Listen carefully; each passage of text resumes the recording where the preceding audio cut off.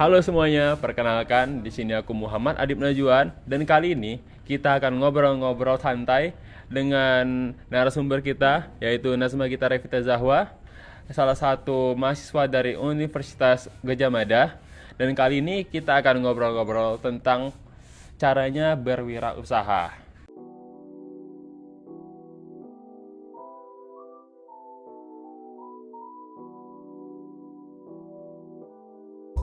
Nah, kebetulan beliau ini dulu sempat mengikuti program kewirausahaan MBKM gitu. Mungkin boleh diperkenalkan dulu, Kak? Halo semuanya, aku Nazma Gita Revita Zahwa, mahasiswi Fakultas Peternakan Universitas Gadjah Mada angkatan 2021. Nah, kali ini kesibukannya apa sih, Kak?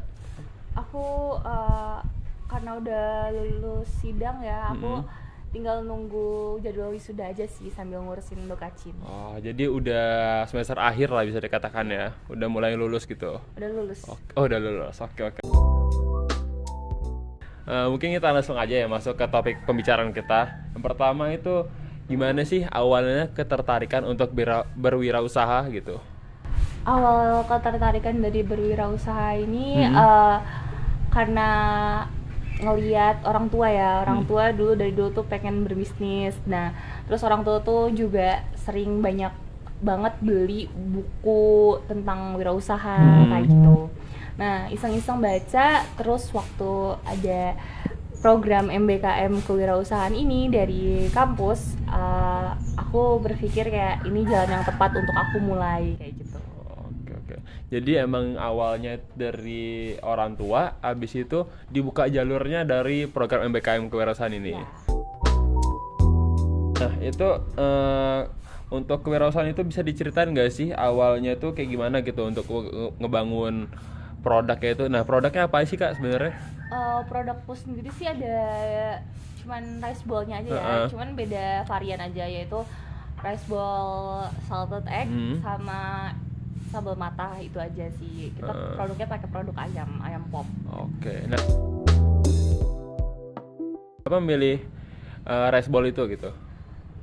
Karena dari fakultasku kan fakultas peternakan, di mana kita juga belajar ada departemen yang namanya teknologi hasil ternak, di mana kita mengolah hasil ternak itu menjadi suatu bahan konsumsi yang layak dan bernutrisi.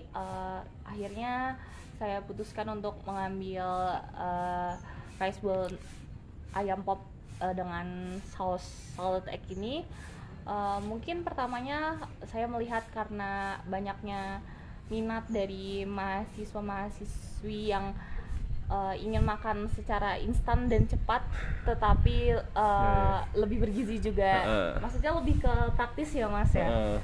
Jadi mahasiswa itu mungkin ingin praktis gitu, kayak saya kan di fakultas saya ada praktikum, terus kayak dari jeda ke praktikum sampai untuk ke praktikum selanjutnya tuh cuma 30 menit. Jadi untuk kayak nunggu olahan yang lain tuh kadang kayak lama gitu loh, butuh waktu yang lama. Jadi kayak mending open PO sama kita, terus akhirnya kayak ya udah gampang praktis karena bentuknya rice ball kan. Oh, I see. Nah, jadi emang dari keresahan keresahan market abis itu dikelola, dan latar belakangnya juga dipengaruhi oleh jurusan gitu ya. Iya, betul.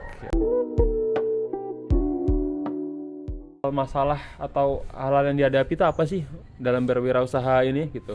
Untuk awal-awal masalah yang dihadapi tuh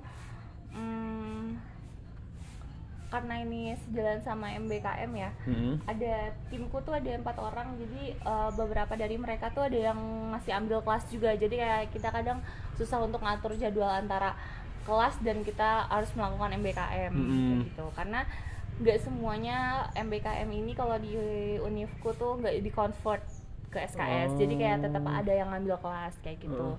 Selain itu kita juga untuk nyari stok sama supplier itu kadang karena harga pasar berbeda-beda ya tiap minggunya, jadi kadang kita biaya produksinya itu kadang kita padatkan lagi dan kayak kita harus menimbang ulang kayak gitu. Oh, oke, oke. Jadi masalahnya emang ada di manajemen waktu sama harga market itu kadang naik turun gitu lah ya, Ya, bisa dikatakan. Oke. Nah, untuk itu sulit gak sih nentuin harga marketnya itu? Untuk harga Gimana market, sih cara klasifikasinya itu? karena kita join di MBKM kewirausahaan ini, Heeh. kita udah ada dosen pembimbing yaitu Pak Viga. Pak Viga, terima kasih. Shout out to Pak Viga ya berarti ya. Iya, karena dia membimbing kami, kayak kita dihitung dulu cost produksinya berapa, terus kayak ntar kita akumulasi sampai adanya biaya-biaya tak terduga dan kayak biaya fix produksi kayak gitu. Nah, kita juga diajarkan untuk supaya mengambil keuntungan dari situ kayak gitu.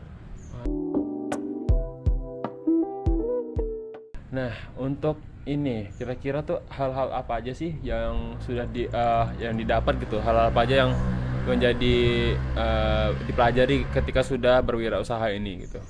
Hal yang aku pelajari dari wirausaha ini sih tadi ya, manajemen waktu, itu manajemen waktu penting, terus sama kayak bertanggung jawab, kayak kita nih tim dan kayak kita masih pakai open sistem PO, jadi kayak kalau misalnya ada yang beberapa dari antara kita males, kita nggak bisa males-malesan lagi karena kayak kita udah ada tanggung jawab, karena kadang yang PO itu udah transfer duluan ke kita kayak gitu. Oke, emang jadi rasa tanggung jawab itu dan manajemen waktu sungguh penting lah banget lah ya. Iya. Ketika emang berarti berasanya itu kedua hal itu berasa ketika sudah berwirausaha. Iya, betul. Oke.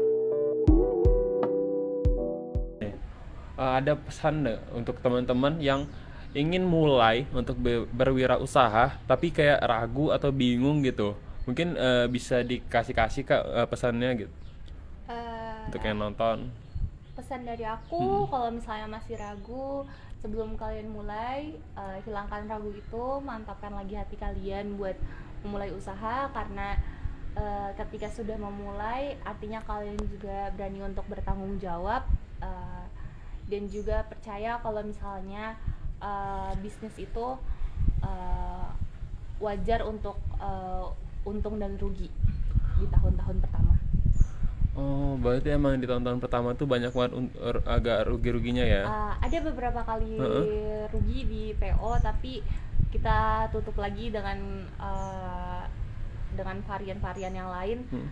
Misalnya kita tambahin add-on ST atau apa, itu kan bisa nambah-nambah juga. Oh, berarti emang rugi di awal dalam berwirausaha itu wajar. Wajar. Oke, itu ya teman-teman ya untuk pesan-pesannya dari yang sudah berwirausaha ini.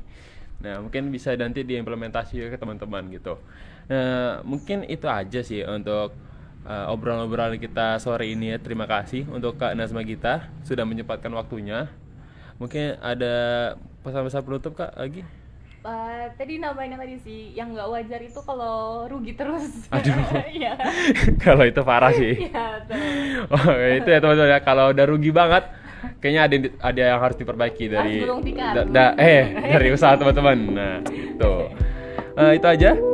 Kalau emang suka dan tertarik dengan video-video saya, mungkin bisa di-share, like, comment, dan subscribe. Terima kasih.